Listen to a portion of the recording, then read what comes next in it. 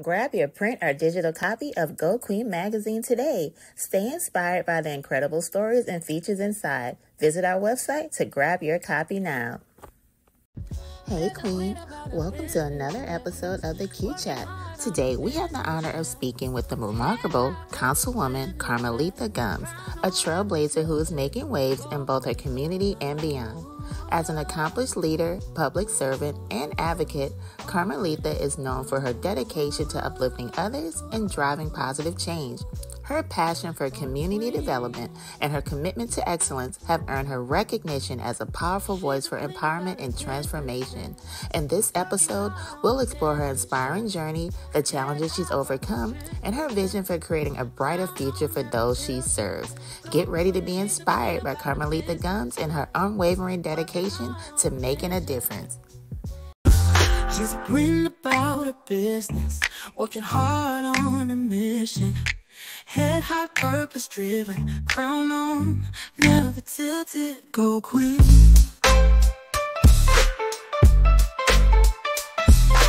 Go queen. Go queen. Go queen. You guys for joining another episode of the Q Chat. Today, my very special guest is Ms. Councilwoman Carmelitha L. Gumbs. And this Councilwoman, she's been representing the city of Fulton in Atlanta, Georgia, Atlanta for quite some time. And she has a lot of great initiatives. And some of her initiatives are things that are really close to our platform, including mental health. So we're going to discuss that. And of course, as we know, this is a big election year. It's going to be life-changing. So we're also going to have a conversation about that as well, and the significance of voting and making a difference. So how you doing today? I'm doing wonderful. Thank you for having me on your show today. Awesome. I'm so happy to speak with you. Like I said, there's a lot of things I definitely want to ask you, but I want to get off and start just with your history, because I know politics has got to be a very complex career. So I want to get some background into your upbringing and what led you into this career. Oh, wow. So I moved to Atlanta about 17 years ago, and I came from a corporate background and wanted to kind of take an opportunity to really make an impact and a difference. I did a lot of work in the community once moving here, and I ended up losing my job in corporate America. And all of the people that I met and worked with, it was considerably hard, especially for women to, you got to be in the clique in Atlanta. Atlanta is a relationship-driven city. So one of the things I was like, I have to make sure that I always find a way to reach back to other women, especially people that are not natives from Atlanta, of how to navigate through that. But what happened in the process of me losing my corporate job, I went to go work for a small Black planning firm and ended up working in DeKalb County under an elected official. And that's when I got that buzz. I was her chief of staff and chief of communications officer. And I got to see firsthand how resources were not given to communities of color or communities that look like me, if that's a better way of saying it. And we were going through cityhood for our second time in the city of South Fulton. And I wanted to ensure that that didn't happen in the city that I was spending my money and, where I bought my house and things of that nature.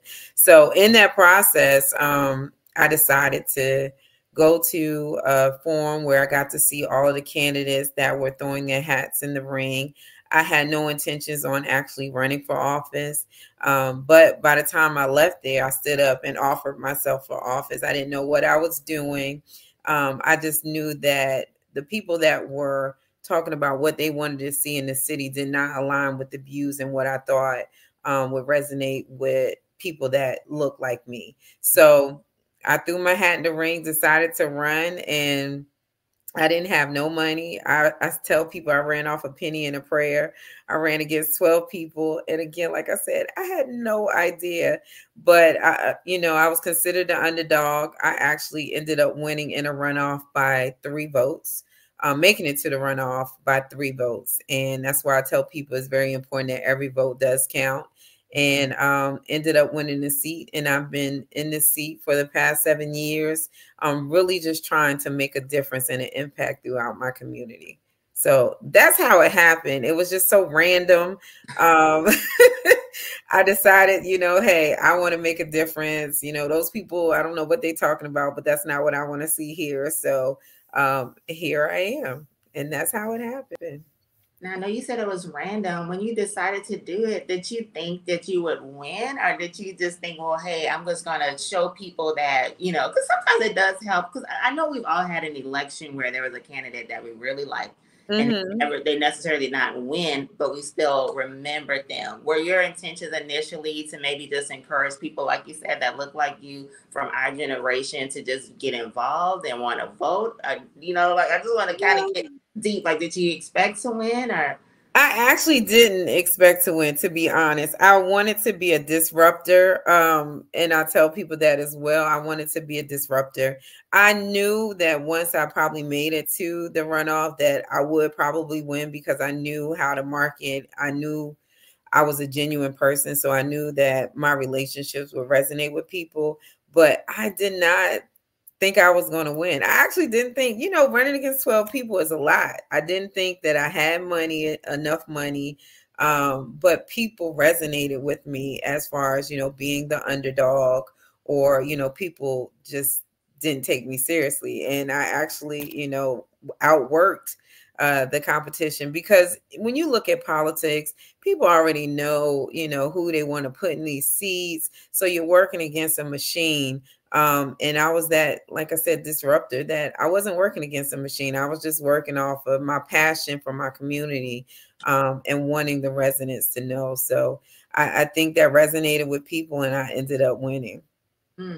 Now, how important do you think it is to just be a leader in your community? Because just like you mentioned, you had a passion for your community. And I think sometimes people take that lightly, to have a passion for where you live, where you're from, the citizens in your community. And you don't necessarily have to run for public office, but you can be passionate in your community and volunteer. You can be passionate in your community and try and clean it up or do several different things. So how important do you think it is for people, especially younger people? Because I think that's really the generation that is really important with voting and politics. And sometimes I think they just feel like they're not included. But how important do you think it is to just have that passion for your community? Because it really can make a difference.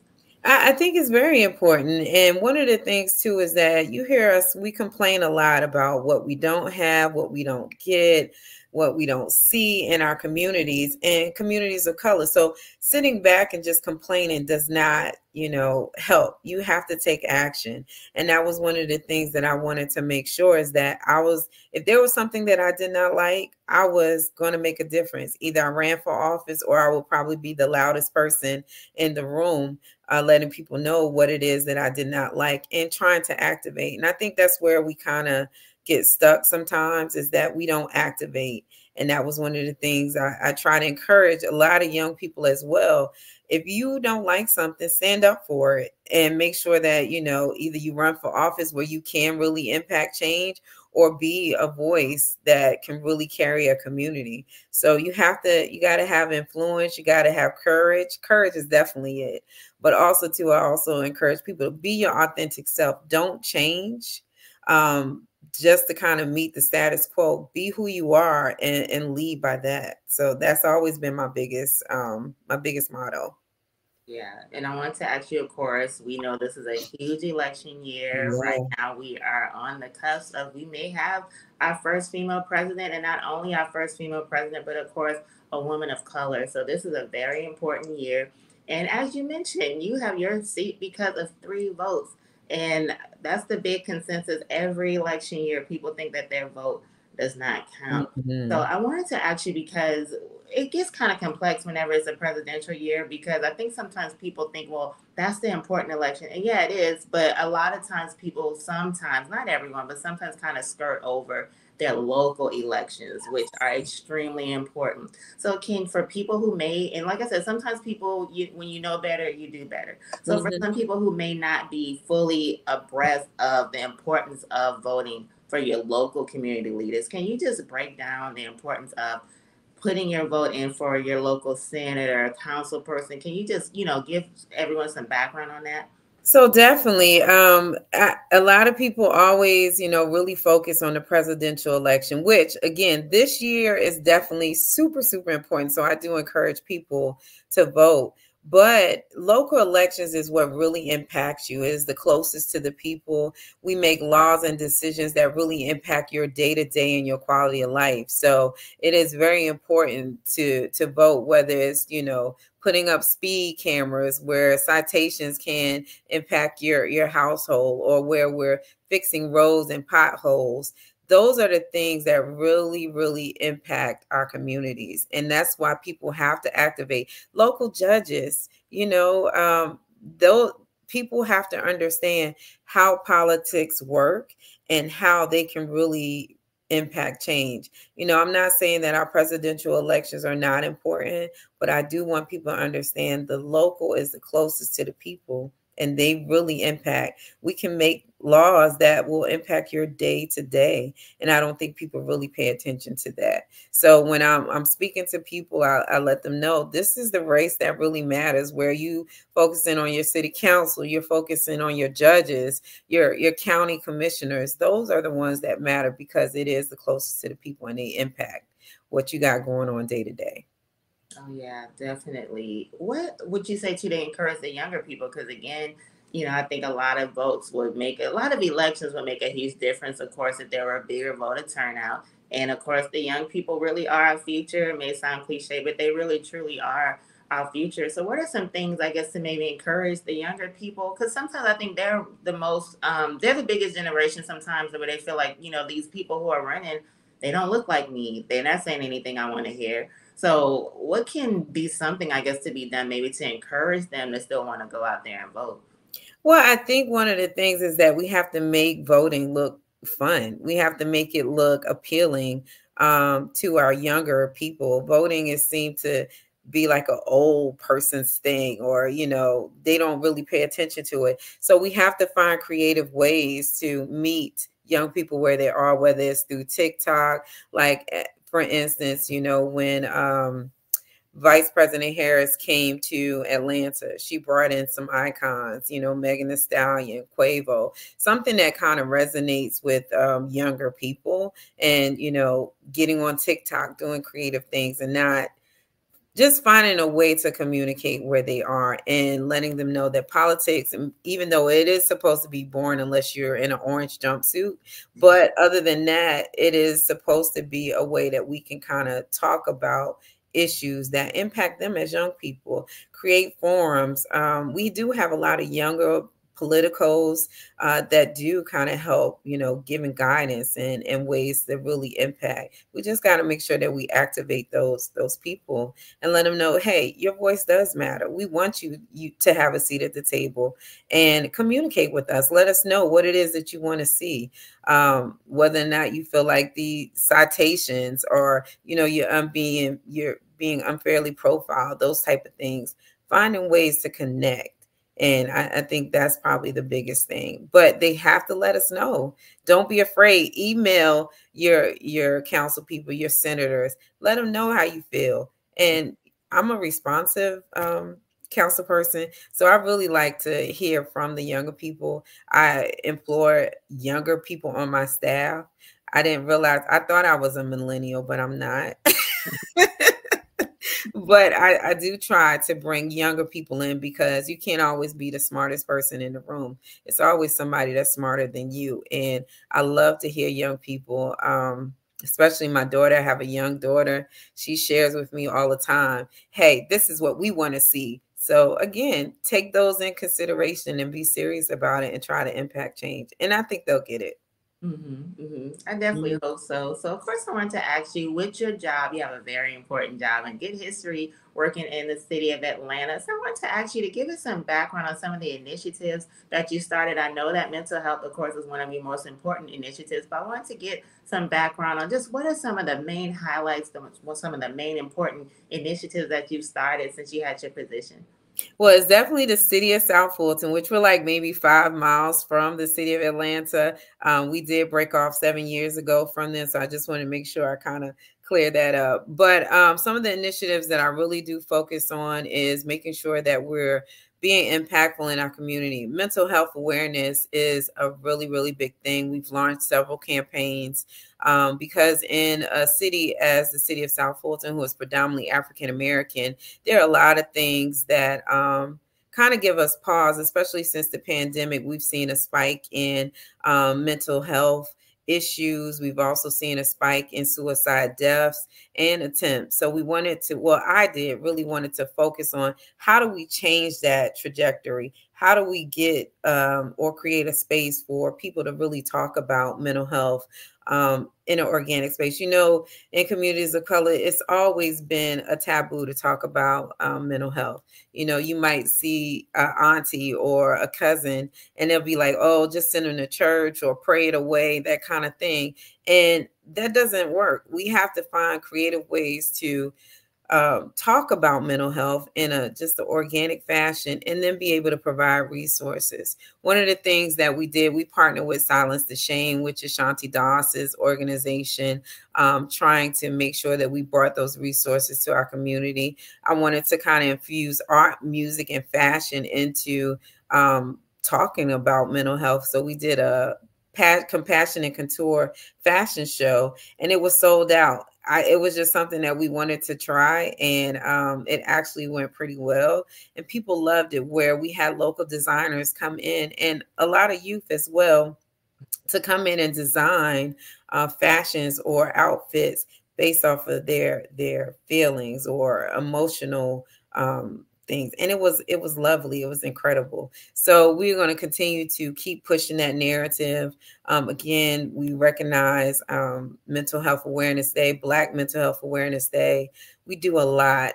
Also, too, we have a great Christmas end of the year kickoff. It's called Be You in Every Hue, which is our toy drive, where you bring out toys that look like you. It was similar to our Bring Out the Doll initiative that we started in South Fulton in Atlanta. So we wanted to kind of try to have another play on that. So where people, movers and shakers come out, we have a good time, and we bring dolls and collect toys that look like the people that are bringing them in. And it's always a good time. So again, we want to find creative initiatives to really, really focus on the individual and have a community that is full of, how can I say it? Not necessarily happiness, but I wanted to create a utopia of where it's okay to be your authentic self in the city of South Fulton.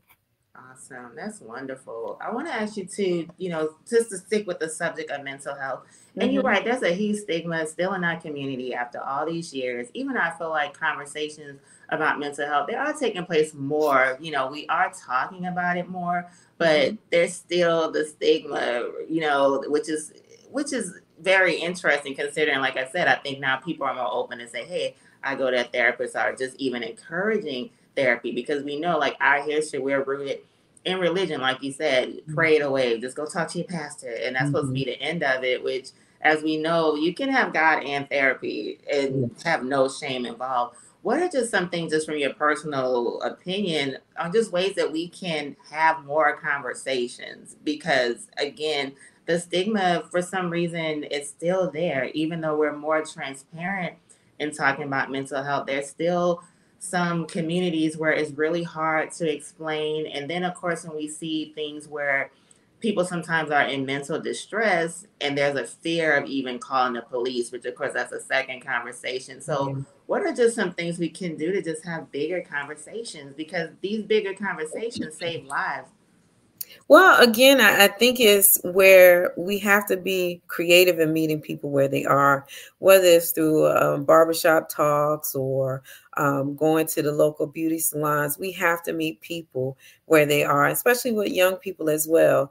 Social media has always been a big thing where we have our kids that are on social media. They see these, images, and they compare themselves to those type of things, because we've also had, quite a spike in suicide attempts with our youth. So it's being able to let them know that some of the stuff that you're seeing is not real. Social media is a perception. It's not, everybody's not doing all of these great things on social media, or, it's an image that people are trying to portray, and just being able to continue to talk about it. I'm going into the schools. We've found creative, especially in our elementary schools. We've done some things where we bring in characters and we'll put on plays. Again, like I said, I like to infuse the arts and music and just culture into trying to talk about mental health. So I've learned my community. I try to find, again, holistic ways that are fun and creative to get people to just really start talking about it. And the only thing we can do, the more we talk about it, the more people will feel comfortable, and it'll continue to create a space of openness where people will, talk out of, just being around and being comfortable about it. So I think it's a work in progress. I think that's something that we just got to continue to keep hitting at all cylinders, because the narrative of just acting like it's not going to happen to your family, I think people realize that it's in all of our families. And we just got to make sure that, we create or be a vehicle to where people are comfortable with coming out and saying, hey, I need help, or I'm not okay. I want people to realize that it's okay to not be okay. Right, definitely. And again, I just feel like it's great when we have people who are, especially in political office, who are using mental health as one of their platforms, because it's so important. And just to build that knowledge in the community, it can change lives, and it's very important. So I definitely commend you for working on that. So I want to ask you too, as I mentioned with Sonia Massey, of course, that is something too that is something that's weighing heavy on a lot of people right now. What are just some of the, I guess my question, as far as politics, and we have the upcoming election, are there ways that we can make a difference in just maybe just our relationships with the police, or maybe to be more comfortable in seeking help from them? I know a lot of it has to just do with just the people that they're hiring, which I don't know we have any say so on that, obviously, but just what are some things that we can do as a community to just feel safer? Well, I think what we have done, and I can just only speak on the city of South Fulton, is that we really want our officers to be a part of our community. They are really focusing on just doing a lot of community policing. And that way we have a lot of, talks where we have cops in the park, where, they are actually a part of any type of football game, basketball game. They're out there, meeting with people. We have our officers, they're on bicycles and they're riding through our neighborhoods and just, doing the stop and talk type of thing. But we've also instituted legislation to where we want to make it more friendly to for our officers. We also have established a task force for where citizens are a part of the review of any type of excessive force. Also, too, we've also instituted legislation about hiring practices. If any of our officers from any other agencies have been involved in any type of excessive incident or have a sketchy past, they won't get hired with the city of South Fulton. So we are being a little bit more intentional about the officers that we do hire. And I think that's important as well, because we want to create a place of comfortability with our community.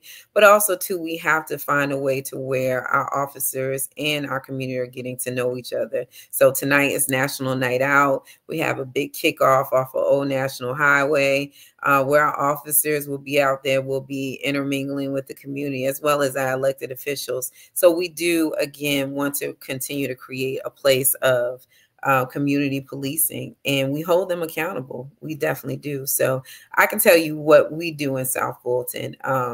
And, there's no perfect police department, and there will be some bad apples, but we want to have more good apples than bad. And we do really focus on trying to make our police officers a part of the community.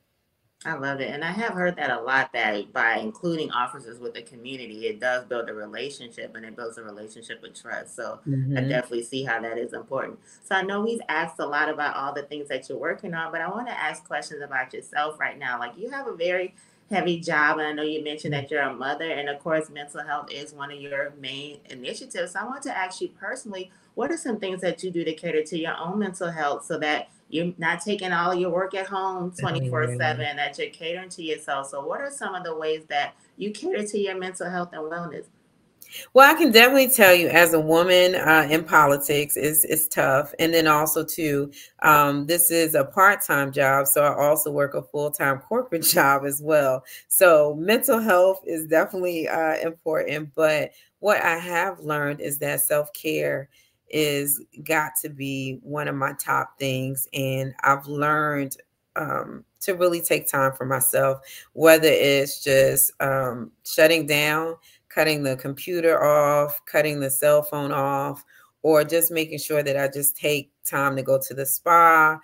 I need to take time for me, and it can get very overwhelming. I'm not flipping over tables, but there's some days that I want to flip over like tables. But at the end of the day, I have to realize that I have to channel that energy and try to really take care of myself, because if I'm not good for myself or anybody, I really can't be good to my community. So I like to travel.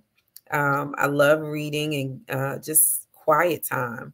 And I do enjoy my dogs. I have, 3 doggies, believe it or not.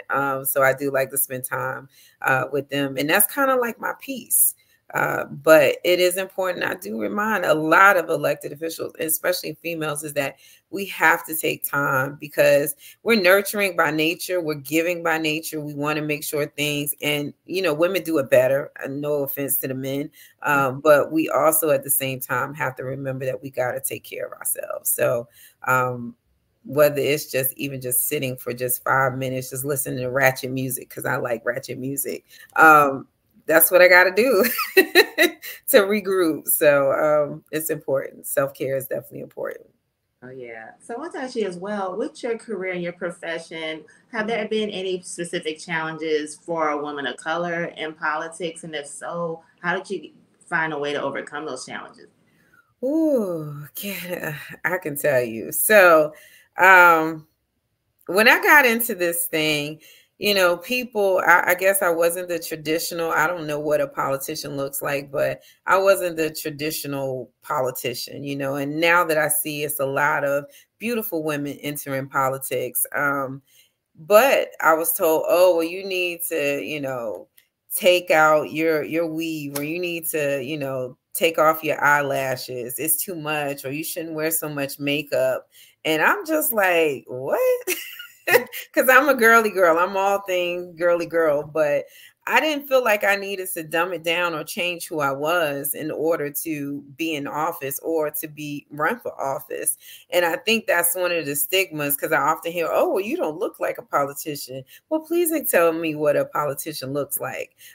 Because at the end of the day, I have a brain and I know what I want to see from our community. So having to get over that challenge was a bit difficult at first, but I think, it's about having to show and prove that, I'm a woman, I can do all things. And I think that's where we just have to make sure that we stand up and continue to be authentic. But it was a challenge. And I got a lot of that flack from a lot of females, which disheartened me as well. But hey, I went for the challenge. And what I do now, when I'm talking to any young person that wants to be in politics, especially a female, I let them know, don't change it down. People gravitate to you being an authentic person. So if you are at the table, be yourself and make a difference. And don't let, the haters that are out there say anything to you, because at the end of the day, you serve a community and you want to see impact. So be who you are. And that's what I go with. But it was very difficult because politics is normally a male dominated field. You starting to see more women of color now entering into politics, especially in Atlanta. So we just got to continue to, elevate women and champion them to run for office. I love it. And that was actually my next question. I was going to ask you, like, what advice did you have for people that want to enter the field? But you can still, if you have any additional advice, to expound on that, because, like you said, we need to see more people that look like us. And as you mentioned, well, just being authentic, because I think that's the miscommunication, that's the disconnect that happens sometimes when these elections come, because we look at the candidates and it's like, I don't relate to this person. How can they speak for me? Because that's what you want. You want that council person, that senator, that you want them to be there to be your voice. That really is what they're supposed to do, speak for you and speak for your community. So I think that's the disconnection when sometimes people look at the candidates like, I don't relate to them. So it's refreshing when you do see people that it's like, wow, I get it. Like they, it seems like somebody that you would really have a conversation with, that you feel comfortable representing you. So what advice would you have for people who, they may have some political aspirations, or also advice for someone who may think that they don't have what it takes, but they really could make a difference? So what advice do you have for those individuals?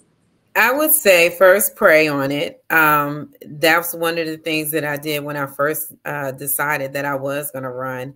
I prayed. I talked to my family. I talked to my girlfriends. I was like, hey, I'm thinking about doing this, because it is a disruption to what you're normally accustomed to. So you have to make sure that you have support centered around you that will help you through those tough days. And again, I would say just do it. You can do it with your eyes closed, but just do it. Don't let people talk you out of it. If you are passionate about it, do it. Run for office, because the only way you will know if you can do something is if you do it. So that's always been my big thing. Be your authentic self and just know what drives your passion. What is it that you want to make a difference? Don't get into it just because you feel like it's going to elevate your career or things of that nature. How can you, people will see through that. How can you really make a difference for your community? So I just tell people, if that is what you want to do, just do it and it'll happen. I love it. So, and I believe in God. God centers people to, their passion, and he will put you in places and open doors for you that you may not have never thought of. So again, you just can't be afraid. You got to have the courage to step out on faith. Yes, faith will take you anywhere, and faith puts you in rooms that you didn't think you belonged in. Or you may think, hey, I want to be in that room. I don't know how I'm going to get there. All you have to have is faith and believe in God. So I definitely know the power of prayer and the power of believing in God for sure, because it'll take you anywhere in life. So one thing I want to ask you, one of the big proponents of our platform is self-love. Self-love is that fuel to put that fire in your belly, to make you go ahead and pursue your dreams, to follow your dreams, and also make a difference, and also sometimes to be a disruptor, because sometimes we have to be a disruptor in order to be heard. So I wanted to ask you, how do you define self-love, and what role has it played in your life? So I'm gonna be honest with you, as a female, I didn't know for a while what self-love was. And some of that could be, through family experiences or trauma that I may have experienced in life, because I didn't identify with what self-love meant to me. And I'm trying not to get teary-eyed, but I think one of the things that comes with growth and maturity is understanding what it means to love yourself. There are going to be a lot of hiccups that happen in life. And if I love myself differently, I probably wouldn't have experienced those hiccups. So that's something, if you could identify what it means to love yourself pretty early on, some things, you wouldn't be dealing with for such a long period of time, or wasting, energy in something that didn't suit you. So for me, it took a lot of growth. It took time and maturity for me to realize what it was that I loved about me, that I can show other people as to why. But I had to really find me first. And I think that comes with a lot of maturity and growth. I could tell you, my 20-year-old self and in my teens, I didn't love myself enough. You know what I'm saying? And again, that's just being transparent. And as women, I think it comes with time. And you probably have to experience a few setbacks and obstacles, but what it means to me now is that I actually enjoy being with me, just enjoying who I am and the person and the woman that I've become. I enjoy talking. I'm not crazy or anything, but I enjoy having conversations with myself and saying, Carm, you know what? You should have did something different, and realizing when you need to have those conversations, having affirmations. There will be days that are tougher than others, but you sometimes still have to go back and say, you know what? I love myself way too much for this. So again, I just think it comes with time and learning who you are as a person and the impact that you want to leave in your legacy. So I think for me, that's what self-love is. I've learned to love myself, and that's a learning process. I appreciate your transparency, and you're right.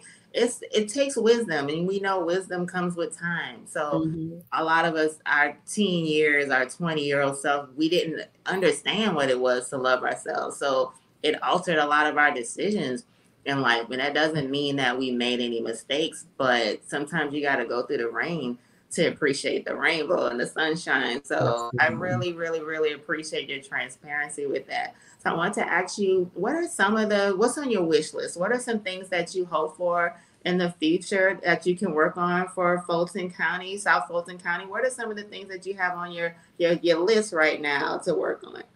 Well, some of the things that I have on my list is really, again, expanding our reach for mental health. I am hoping that other cities will kind of take on the initiative because we do have 8 neighboring cities that are near 7 or 8 neighboring cities. A lot of municipalities don't really talk about mental health. They say that it's a county function, but I really believe that this is something that we can make an impact if we get more cities to come on board.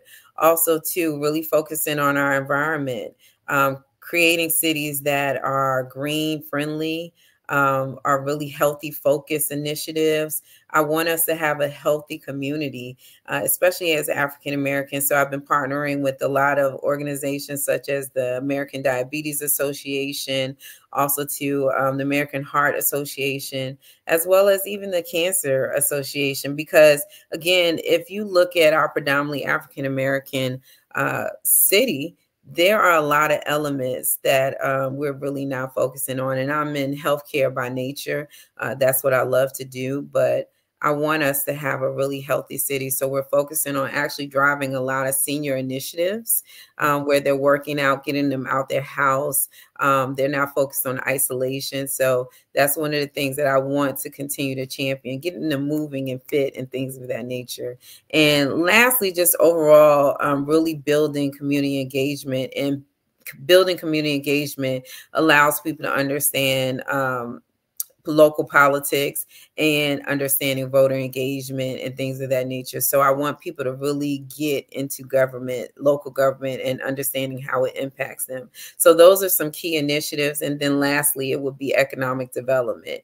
That should be first and foremost, but I do know that economic development takes time, but we really want to make sure that we're driving businesses here, quality businesses, and then also to creating a space for entrepreneurs and young people, because we're building a city for our future. And that's the biggest thing for me, is that I want to be able to build a city where we are friendly to business and entrepreneurs. And then I also want my daughter to come home and live.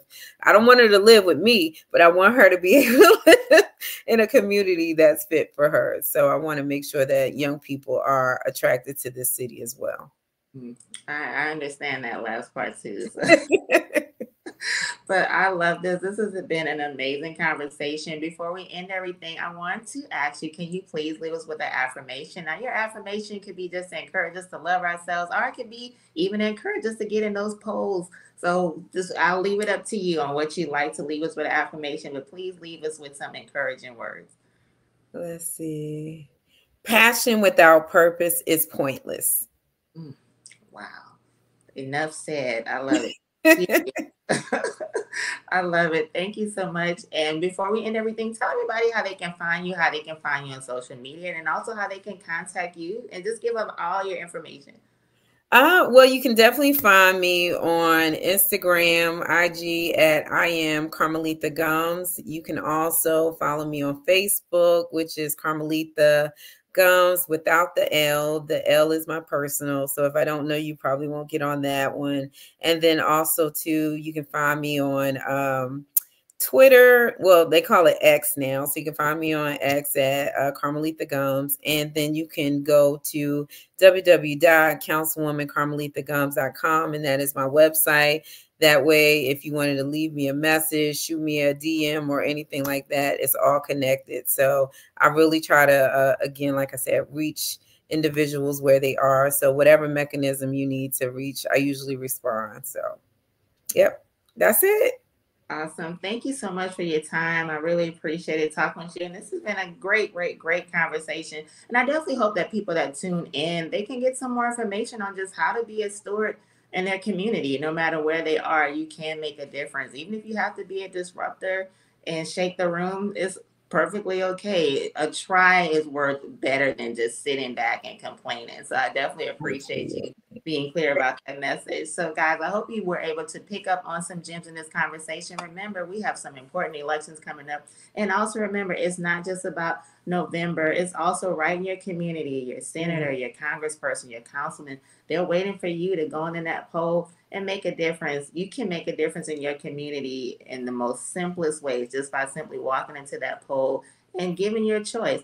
So don't feel like discouraged and think that your vote does not matter. We have someone sitting right here. She won based off of 3 votes. So your vote does count. So thank you guys for tuning in to the Q Chat. You can check this episode and more on www.goqueen.com. Make sure you be safe. And of course, go love yourself. She's a queen about her business, working hard on